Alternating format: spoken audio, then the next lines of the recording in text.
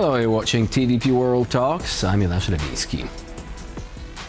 Canada is teaming up with the European Union, hoping to expand trade and security cooperation after its relations with the US have soured during Donald Trump's second term.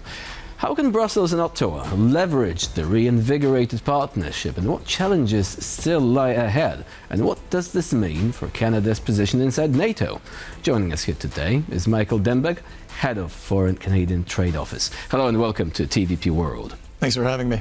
Right, so many people watching the news will immediately assume this is only about Trump, but is it really?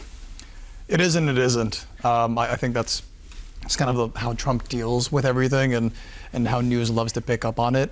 Of course, it's a strategic point of view from Trump and how the America works, especially in NATO, in the NATO sense.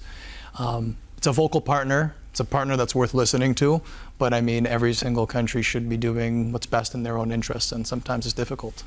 So, do you think that it was because of, the political pressure, all the talk about the 51st state, also the elections where Trump clearly had a different favorite? Mark Carney ended up winning this.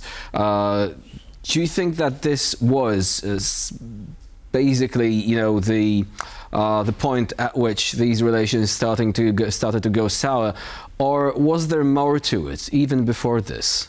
No, it's definitely related to Donald Trump as being president of the United States.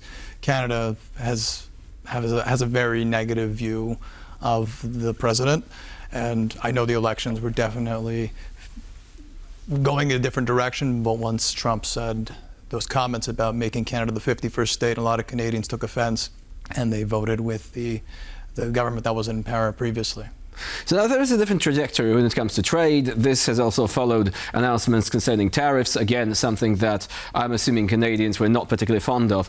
That brings us to the relationship with the European Union. How much potential does it have at this stage, given that geographically the US is still closer than the EU? Well, for Canada, it's a massive pivot that they have to do. They've been building pipelines, infrastructure for a decade, north to south. Now they have to focus east to west, and they have to get energy out in critical minerals. Now Europe, it needs critical minerals. It needs energy, especially since the war in Ukraine. So it's a critical partnership. It's filling in gaps that the United States never filled before. So Canada can step up and take this opportunity and build its country on that promise of selling energy, LNG, critical minerals. The challenge, however, is for Canada is they should have been thinking about this for a decade ago. They have issues of getting infrastructure done, to getting pipelines built, for example, LNG. However, good news recently in July, there's been 2 pipelines that are in the works now for oil, one going from Alberta to BC and another one going from Alberta to Ontario. So they're making a line of success. They're making a pipeline to actually finally start selling this stuff outside the United States and selling it to Europe and selling it to Asia.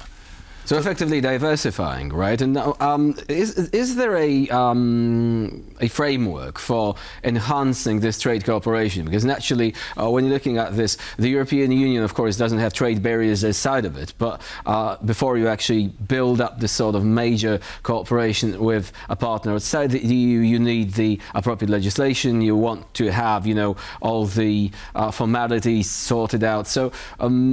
At what point are we looking at the present moment? Is it still in the works, or are the two entities, basically the EU and Canada, ready to step it up in a major way? Well, I think Europe's ready. It really depends on Canada is getting infrastructure built to send this stuff out. There's a lot of legislative frameworks within Canada and then within the provinces that are hindering a lot of getting things done, but Prime Minister Mark Carney has done a good job of trying to communicate between the provinces and getting these things done. So Europe's ready, Canada is ready.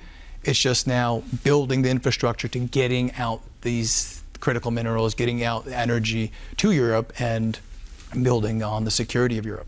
So energy is one area. What other areas can you think of in which Canada could perhaps fill some gaps which had existed, or otherwise, step into a market that is ready to diversify, to look at new sources, perhaps even addressing issues that the European Union has been facing for quite a while? Well, for Canada's sake, there's a lot Europe can offer. In terms of technology is a big one. Military components and projects. Canada has entered SAFE, and there's a lot of projects within the EU and Canada that can benefit both. And Canada is definitely looking at purchasing a lot of equipment procurement from Europe, and I know behind the scenes there's a lot of exciting things happening.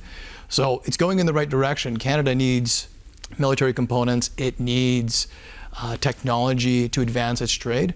But for Canada, the most important thing right now is finding those partners that they can export their products to, because America, the United States, has been Canada's partner for ages, and 75% of Canada's exports were going to the United States, and now diversifying that to Europe, to anywhere else, is difficult.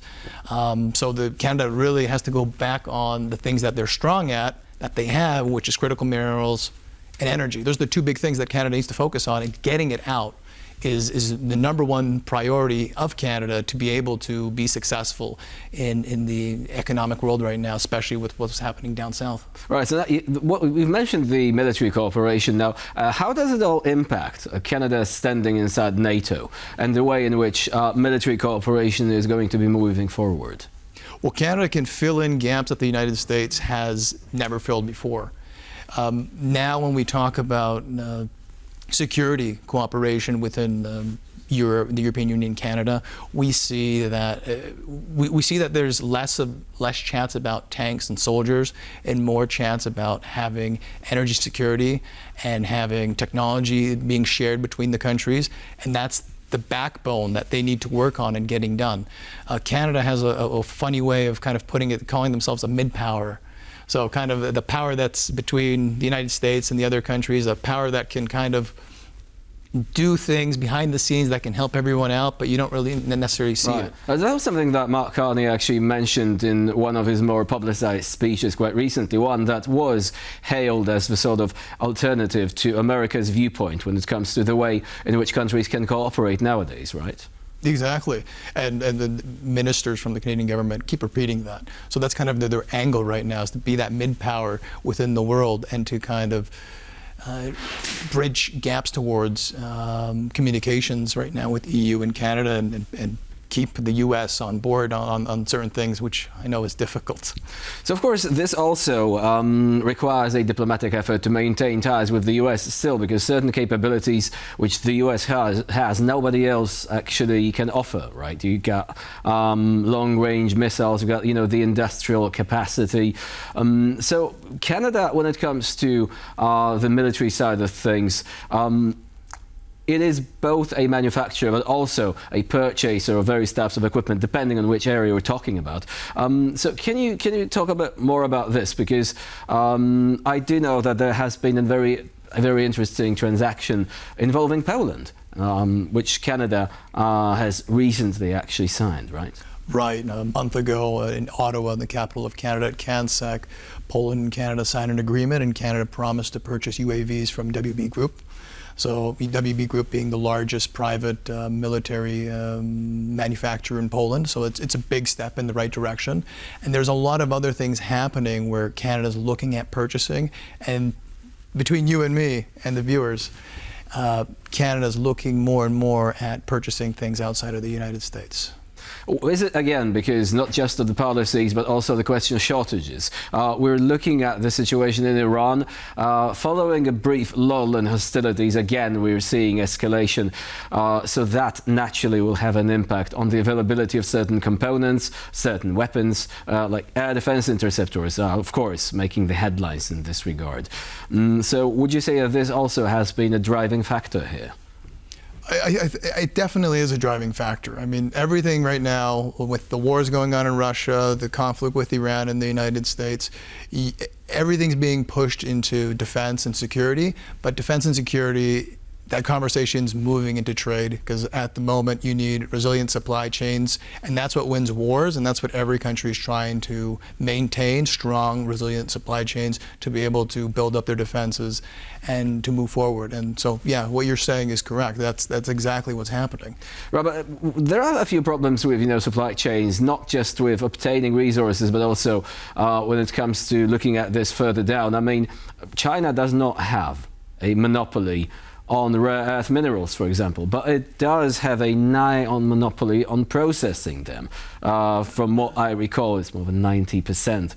So do you think that the EU and Canada could look at some sort of more ambitious projects in this regard? For example, building up capacity for processing, thereby being less dependent on China? Because as we've seen recently, China is more than happy to use its leverage when it so desires in this area.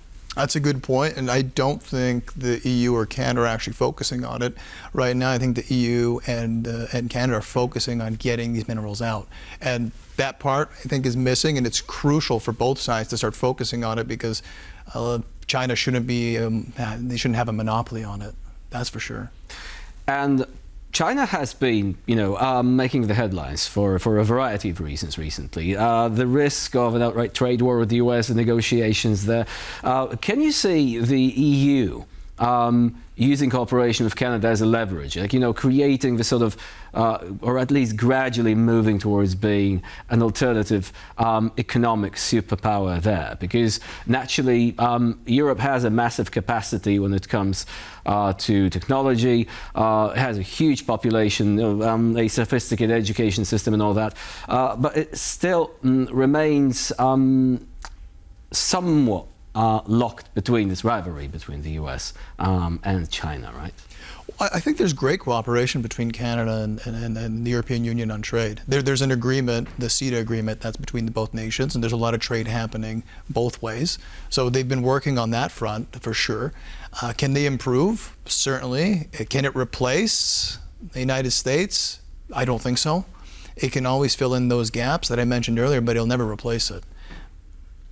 So when we consider the situation overall, like geopolitically also, because naturally it ties in into the ongoing rivalry between the powers, where does Canada stand relatively? Because even in the European Union we have different opinions concerning things such as Iran, things such as responding to Russia and the sanctions. Even there it's difficult to gain unity. Where would you say Canada is actually on this geopolitical map regarding these recent controversies?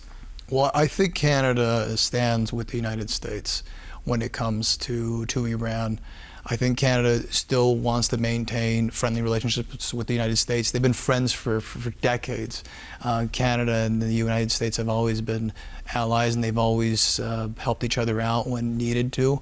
And I don't think that's going to change. Maybe the political message that politicians like to use, they like to use that to bridge it.